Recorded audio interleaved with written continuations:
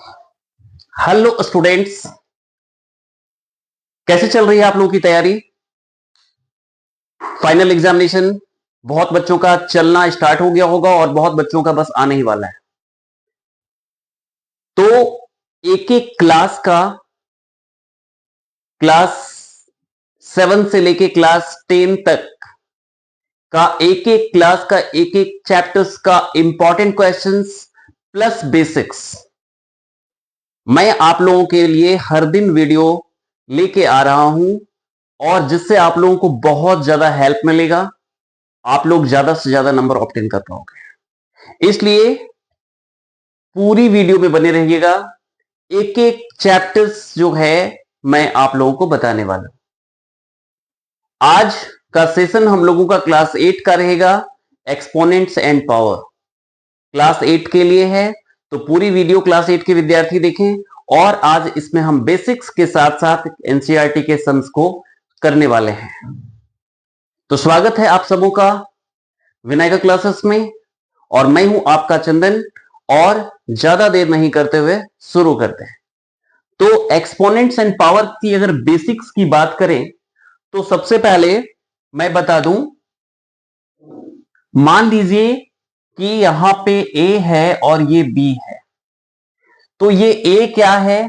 तो ये ए जो है इसको हम लोग बेस कहते हैं, और ये जो है ये पावर कहलाता है।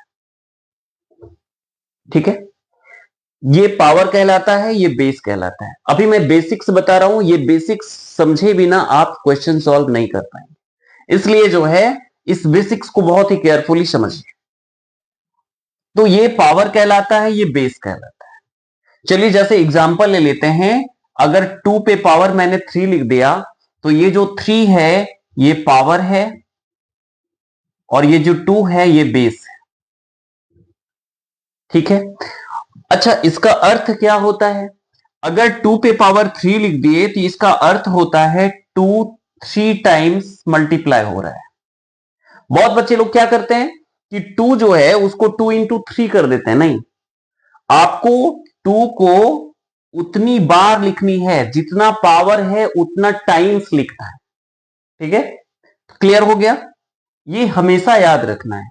और अगर जैसे मान लीजिए ए इंटू ए इंटू ए इंटू ए लिखा हुआ है, तो इसको भी आप पावर नोटेशन में यानी पावर के फॉर्म में ए पे पावर 4 लिख सकते हैं। तो ये बेसिक्स था, ये तो नॉर्मल सी बात थी, आप लोगों को आता भी होगा, लेकिन मेरा फर्ज था मैंने आपको बताया। ठीक है, अब इसके कुछ इंपॉर्टेंट लॉज जो है वो हम लोग करेंगे। क्या क्या लॉज है? तो लॉज जाने बिना आप एक भी क्वेश्चंस नहीं बना पाएंगे। तो लॉज समझना बहुत जरूरी है। देखिए क्या क्या लॉज। तो लॉज जो है, रूल्स जो हैं, पहला जो लॉज है वो क्या है? ए पे पावर अगर बी है और ए पे पावर अगर सी है, आप यहां देख सकते हैं कि क्या हो रहा है। ये बेस है, तो बेस जो दोनों है वो इक्वल है, सेम है। तो जब भी बेस इक्वल होगा, जब भी बेस सेम होगा, तो हम लोग क्या करेंगे? पावर जो होगा उसको प्लस करेंगे, यानी कि ए पे पावर बी प्लस सी हो जाएगा। ठीक है, एक एग्जांपल्स लेते हैं। जैसे ए पे पावर मान लीजिए 2 है और ए पे पावर 3 है, तो इस कंडीशन में 2 प्लस 3 हो जाएगा, मींस ए पे पावर 5 हो जाएगा। ये पहला लॉज था, ये पहला रूल्स था, समझ में आ गया होगा। उसके बाद दूसरा चलिए देखते हैं। अब इसी में अगर बेस सेम हो लेकिन बीच में जहां मल्टीप्लाई था वहां डिवाइड का फॉर्म अगर हो, जैसे ए पे पावर बी है और डिवाइडेड बाय ए पे पावर सी है, तो इस कंडीशन में क्या होगा? पावर सब्ट्रैक्ट हो जाएगा, माइनस हो जाएगा, यानी बी माइनस सी।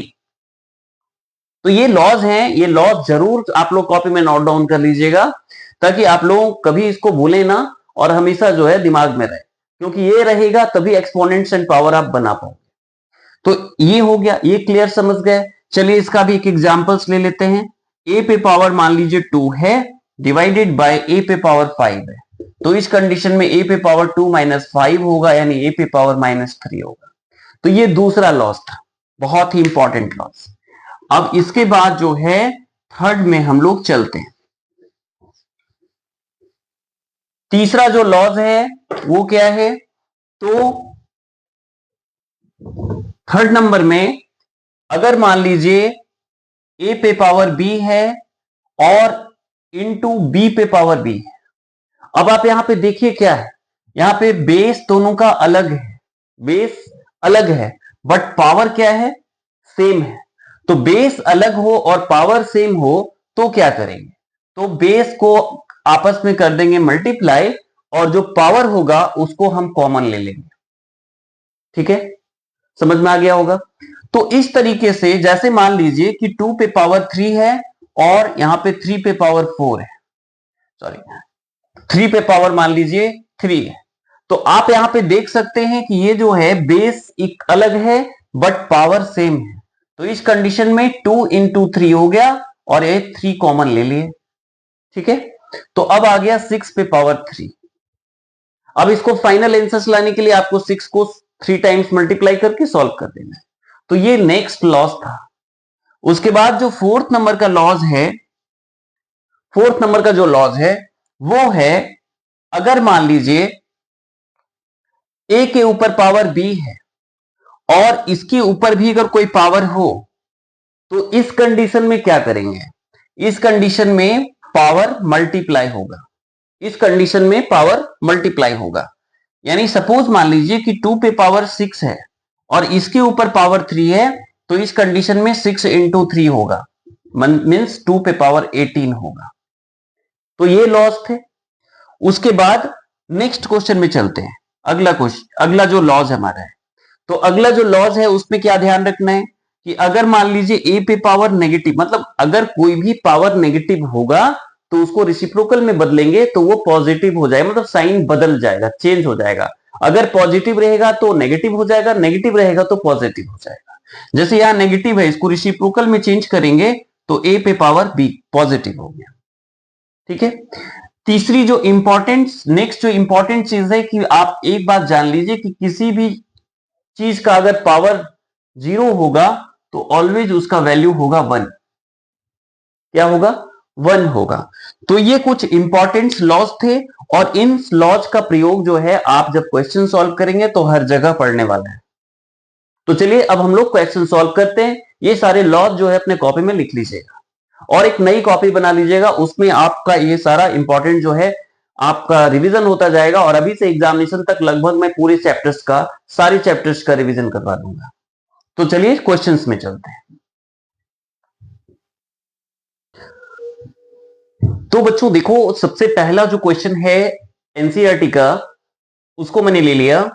यहां पे है इवॉल्युएट, इवॉल्युएट करना है और पहला जो क्वेश्चन है वो है 3 पे पावर 2। तो इसको तो हम लोग बहुत ही सिंपल बना सकते हैं। 3 पे पावर 2 का अर्थ हुआ 3 इंटू 3, 2 टाइम्स कर दो, आंसर कितना आ गया, 9 आ गया। ये तो बहुत ही सिंपल था। उसके बाद दूसरा जो क्वेश्चन है सेकंड वाला, वो है -4 पे पावर 2। तो इसको क्या करेंगे, -4 इंटू -4, 2 टाइम्स कर दिया और 4 4 जा 16, तो इसका आंसर आ गया 16।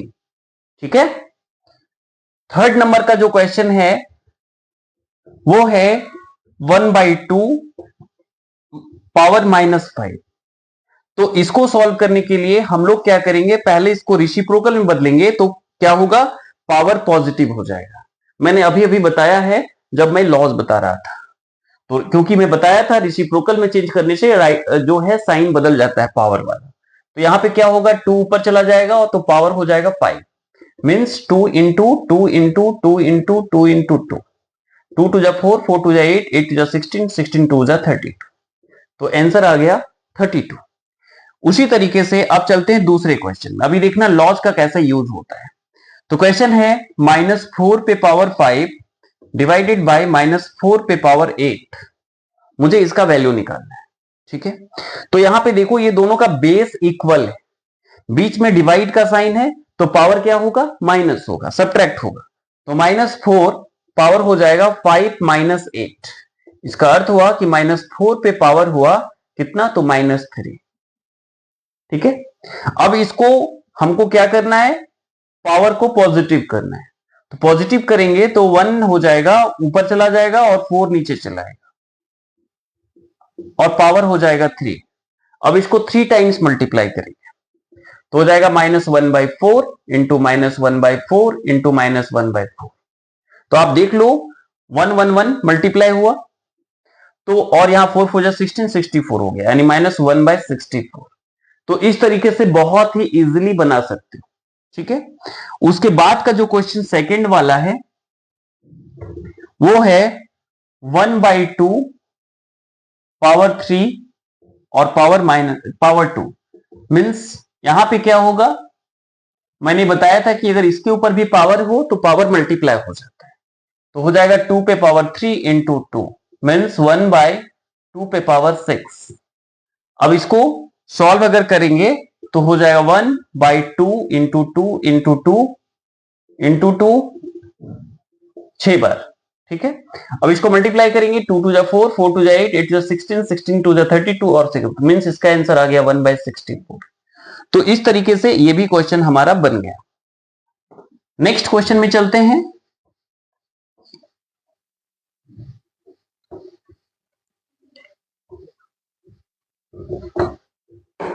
अगला क्वेश्चन हमारा है -3 पे पावर 4 इंटू 5/3 और पावर 4। अब यहां पे देखो क्या है, दोनों का बेस अलग है बट पावर सेम है, तो इसका लॉज मैंने बताया था कि ये दोनों मल्टीप्लाई हो जाएगा और पावर कॉमन आ जाएगा।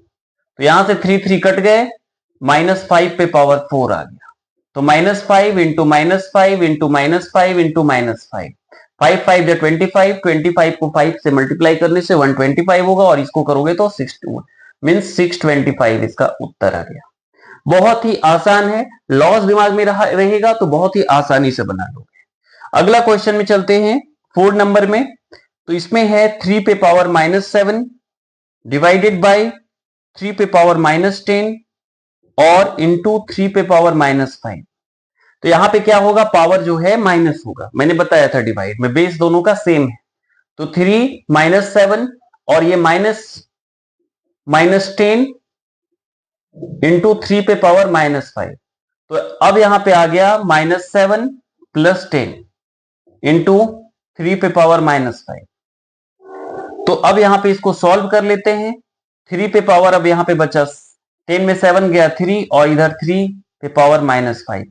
अब देखो ये मल्टीपल के फॉर्म में आ गया, दोनों का बेस सेम है अभी भी, तो पावर क्या होगा, प्लस होगा। मीन्स 3 पे पावर होगा 3 -5, तो 3 पे पावर -2, चेंज करेंगे इसको रेसिप्रोकल में तो 3 पे पावर 2 हो जाएगा, तो 3 3 जा 9 आ गया आंसर। लास्ट क्वेश्चन जो हमने 5 लिखा हुआ है वो है 2 पे पावर -3 इंटू -7 पे पावर 3। अब इसको सॉल्व करने के लिए देखो क्या है, इसको चेंज अगर कर लेंगे, या तो दोनों का ये पावर सेम है, ठीक है, तो इसको सॉल्व कर लेते हैं। पावर सेम है तो क्या होगा, पावर कॉमन आ जाएगा। ठीक है, तो इसको पावर कॉमन करके बस ऐसे ही आप सेम तरीके से सॉल्व कर सकते हैं जैसे ये क्वेश्चन था।